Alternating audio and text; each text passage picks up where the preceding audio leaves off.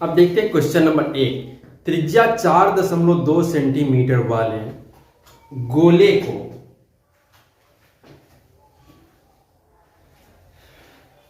Question number 1, त्रिज्या 4.2 centimetre वाले धातु के एक गोले को, धातु का एक गोला है जिसका त्रिज्या 4.2 सेंटीमीटर है।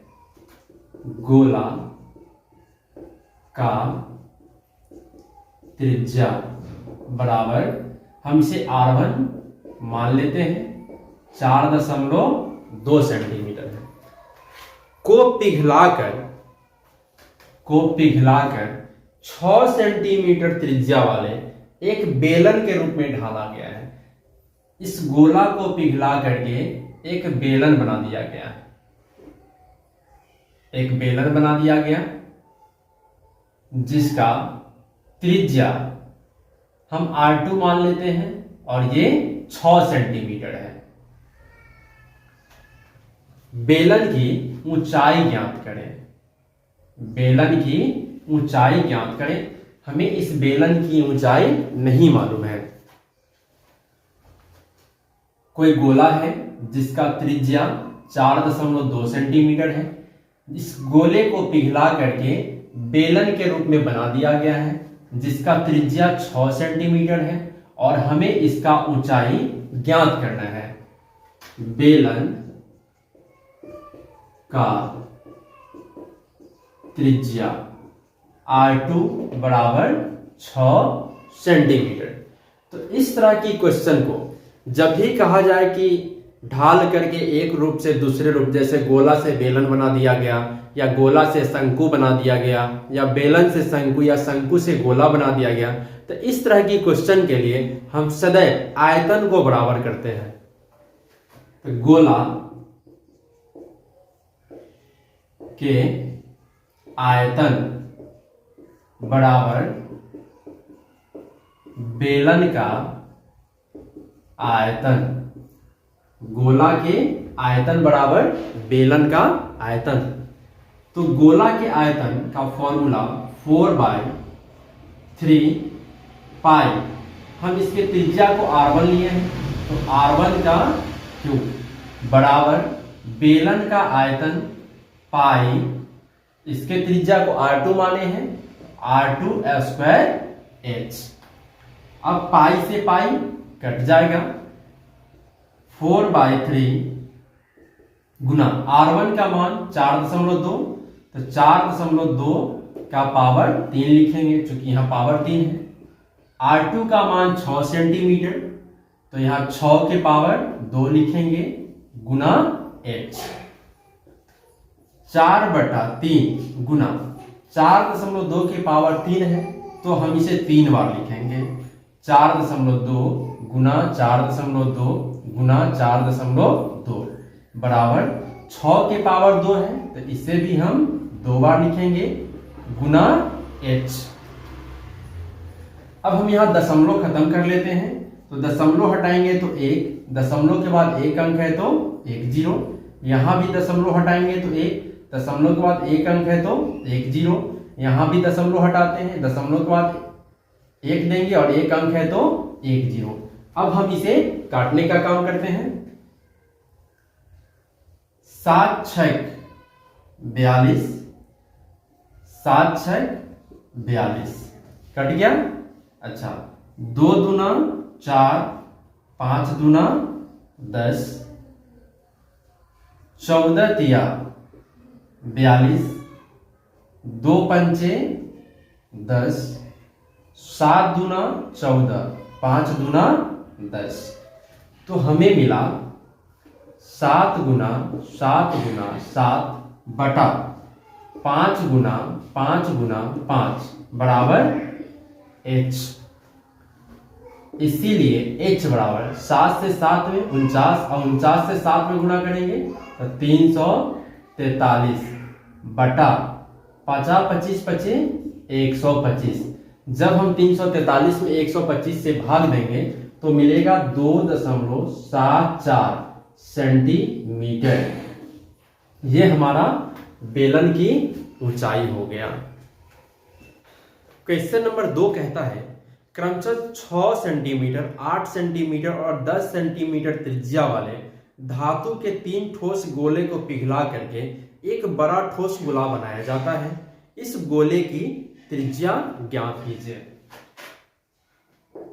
3 गोला है जिसका त्रिज्या 6 सेंटीमीटर, हम इसे R1 कह देते हैं। दूसरा गोला है जिसका त्रिज्या 8 सेंटीमीटर, हम इसे R2 कह देते हैं।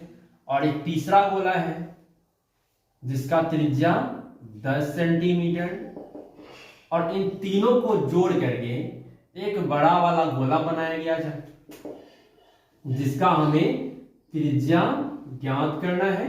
इसके त्रिज्या को हम कैपिटल R मान लिए। तो इस तरह की क्वेश्चन के लिए भी हम सभी के आयतन को जोड़ करके इसके आयतन को बराबर करेंगे। तो पहला गोला का आयतन 4/3 पाई R1 क्यूब, चूंकि इसका त्रिज्या R1 माने हैं, प्लस 4/3 पाई R2 का क्यूब, चूंकि इसके त्रिज्या को हम R2 माने हैं, प्लस इसके त्रिज्या को R3 माने हैं, तो 4/3 पाई R3 का क्यूब बराबर ये गोला जिसका हमें त्रिज्या ज्ञात करना है। तो 4/3 पाई कैपिटल R क्यूब, चूंकि हम इसके त्रिज्या को कैपिटल R माने हैं। अब हम देख रहे हैं 4/3 इसमें भी है, इसमें भी है और इसमें भी है, तो हम 4/3 पाई को कॉमन कर लेते हैं। तो मिला R1 का क्यूब, R2 का क्यूब, R3 का क्यूब बराबर 4/3 पाई कैपिटल R क्यूब। अब 4/3 पाई से 4/3 पाई कट जाएगा। अब R1, तो R1 का मान 6 है, तो 6 का क्यूब, R2 का मान 8 है, तो 8 का क्यूब, R3 का मान 10 है, तो 10 का क्यूब बराबर R का क्यूब। 216 प्लस 8 का क्यूब 512 प्लस 10 का क्यूब 1000 बराबर R का क्यूब। अब हम इन सभी को जोड़ देते हैं तो मिलेगा 100 2 8, 1 1 2, 5 2 7, 1 1728 R क्यूब।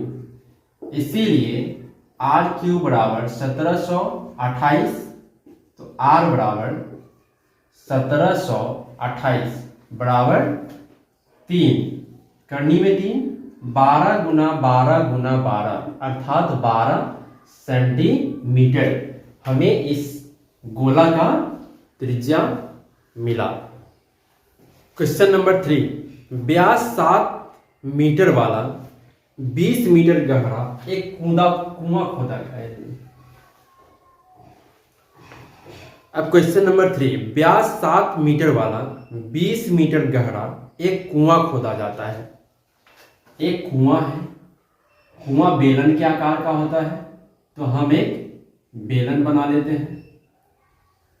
इसका व्यास 7 मीटर है, व्यास D बराबर 7 मीटर और गहराई 20 मीटर है। इसका गहराई 20 मीटर है, H बराबर 20 मीटर। अब कहा जा रहा है खोदने से निकली हुई मिट्टी को समान रूप से फैला करके एक चबूतरा बनाया जाता है। इस कुआं को खोदने से जो मिट्टी मिला इसका एक चबूतरा बनाया गया।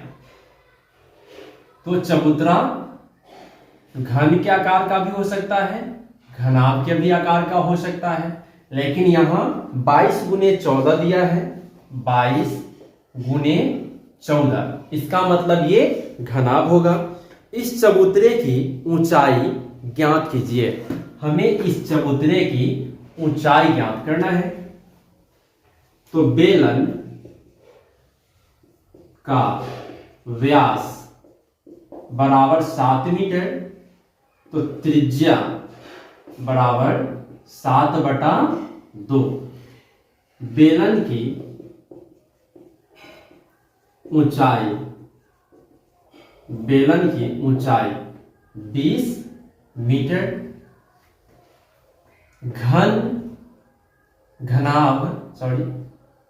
घनाभ की लंबाई